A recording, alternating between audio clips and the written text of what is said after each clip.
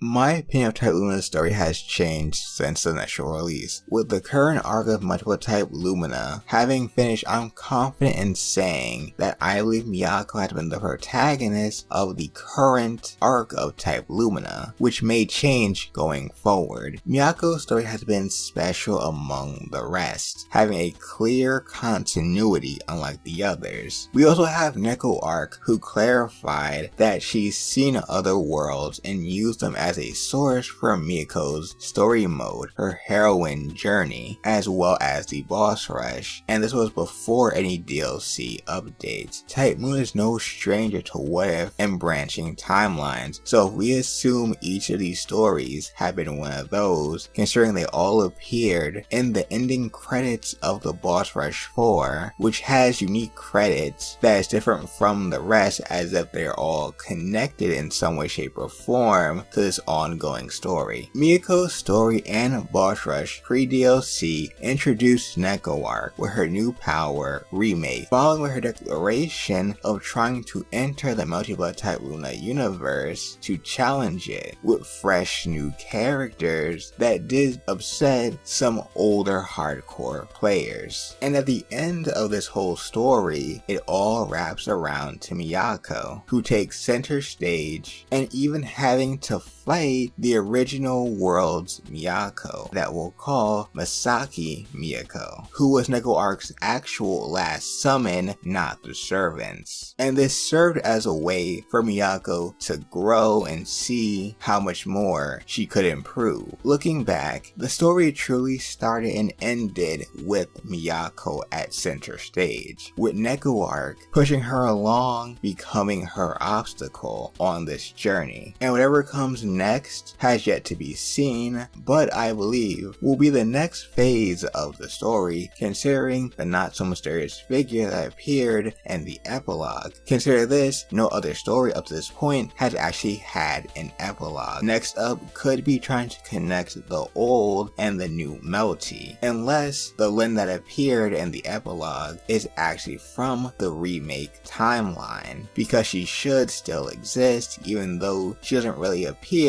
Some child characters like Miyako and Koma still exist but don't really appear in the story. We should for sure expect Red Garden characters to appear at some point down the line, and I would like to see lesser known characters from Tsukihime such as the Dead Apostle ancestors who have yet to get any screen time beyond name mentions to show up. For example, we have Arcwade's sister, Art Rouge, who I think we have enough to at least come up with a skill set and fighting style for. Regardless, I know the team has a plan, and we'll just have to wait to see what they have cooking for us. I'm going to be going into this with an open mind, and I hope you'll try to as well. Some things we can think about, or at least ask ourselves are, can Neko Arc summon past Melty characters from what she did with Miyako? And will this be a thing that she does moving forward? Is this Neko Arc's last time featuring in the story? Because personally, I do not believe so. If you found this video interesting, then I recommend checking the description or the card above for more Tsukihime and TypeMoon content.